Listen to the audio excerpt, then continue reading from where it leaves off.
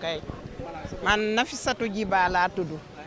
keroog bu ñu reyee kuy Mariama Sagna man ngeen dégg man la ñu bind ci journal bi maay Nafissatou Djiba man daal affaire Azoura bi métti naqar naa ko démb ba gisuma ay nelaw Azoura lu mu taxaw ci parti bi Azoura lu mu taxaw ci parti bi ba lii am tey waruñu woon fay Azoura lii Azoura mbiram métti na ma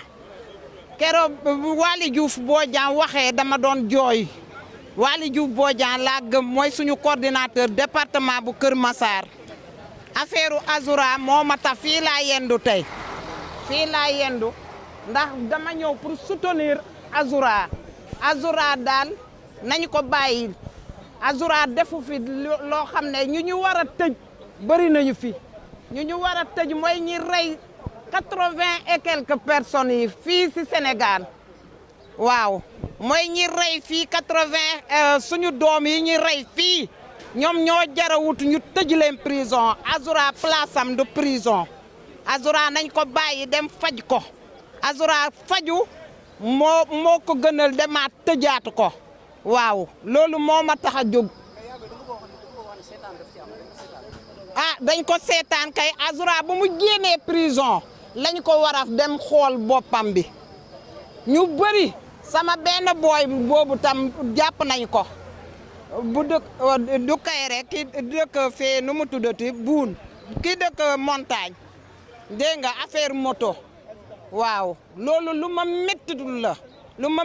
la ñun ay maire 71 la waaye def naa lu ne si combat bii ndax bu ñu gisee Macky Sall di dox lu muy doxalin Macky Sall moo ñu taxoon a sol tubéy di xeex kon Azoura laa ñëwoon pour soutenir nañ ko bàyyi kilifa Pastef yi nañu bàyyi seen xel ci seen xale yi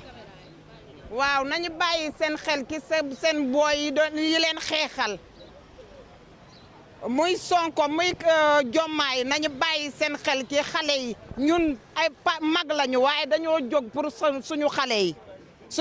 yi ñoo tax ñuy jóg waaw kon nañu leen bàyyi xel waaw.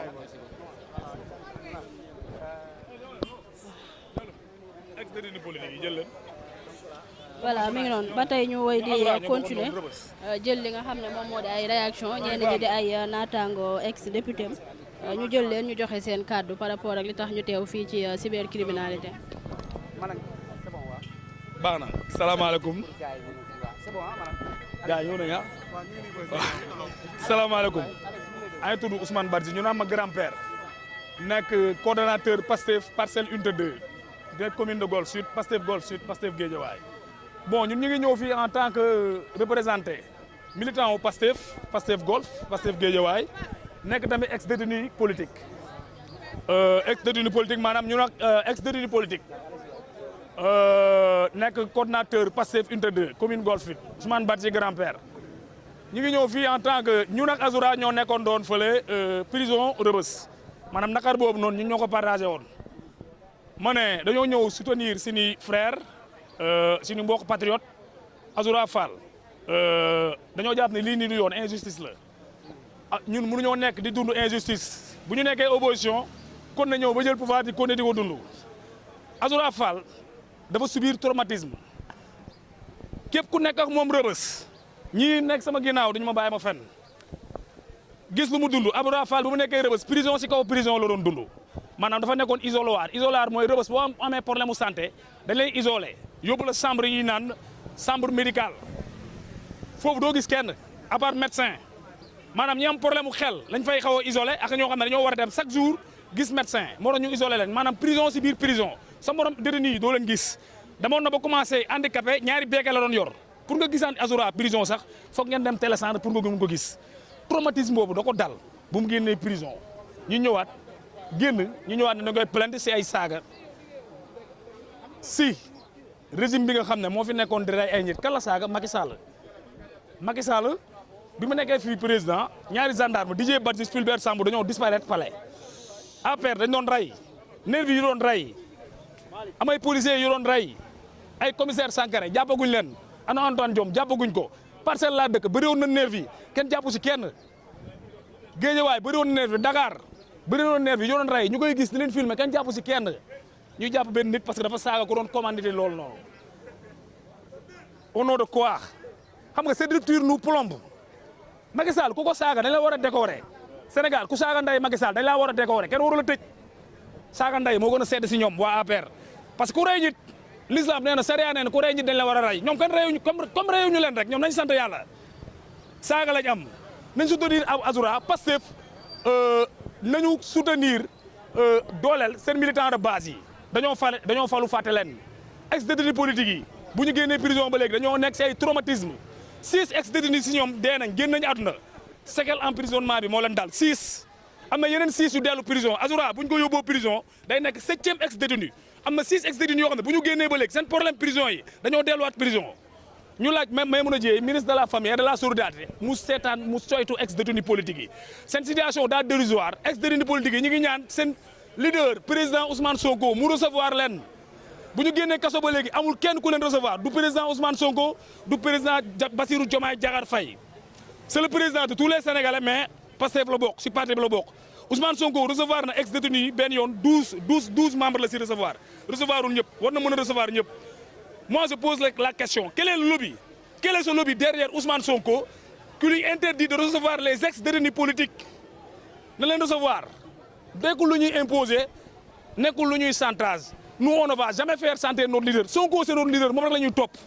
mais dafa ñoo war a recevoir ñu dañoo am ay troubles psychologiques prison lañ jógee nekkuñu daf ñoo war a recevoir laajuñu poste laajuñu dara mais dalal suñu xel sa leader nga génn prison 2023 2024 ba léegi sa leader nekkul di la recevoir loolu mooy indi problème yi conséquences il y aura d'autres Azoura fan yii di ñëw nañu bàyyi xel détenu politique yi rupture bi dafa teel balaa ngaa rupture da ngay tëj waa APR ba pare soo ko rupture c'est pour le reste des Sénégalais mais pas pour waa APR ñu doon rey nit amuñu pour def ak ñoom rupture li Waly Diouf boo ñaa wax man si laa ànd ñun si la ñu ànd peuple sénégalais dañ ñoo fal pour ñu tëj waa APR pas ay rupture munoo rupture ak waa APR ku doon rey nit munoo def rupture ak moom loolu laa gëm maa ngi jégalu. jërë ngeen jëf ñu laaj li ma la bëgg a laaj mooy. pourquoi yaa ngi insister ci traumatisme d'accord la responsabilité du parti boobu ba léegi. est-ce que ji waru ko woon jël en charge faj ko. Il y a la responsabilité du parti, oui, mais ceux qui sont élus, ils font partie du parti, ce sont des membres du parti. Nous croyons à la séparation des pouvoirs, oui, mais ils continuent d'assister à des réunions, ils n'ont pas démissionné du parti. Seul le président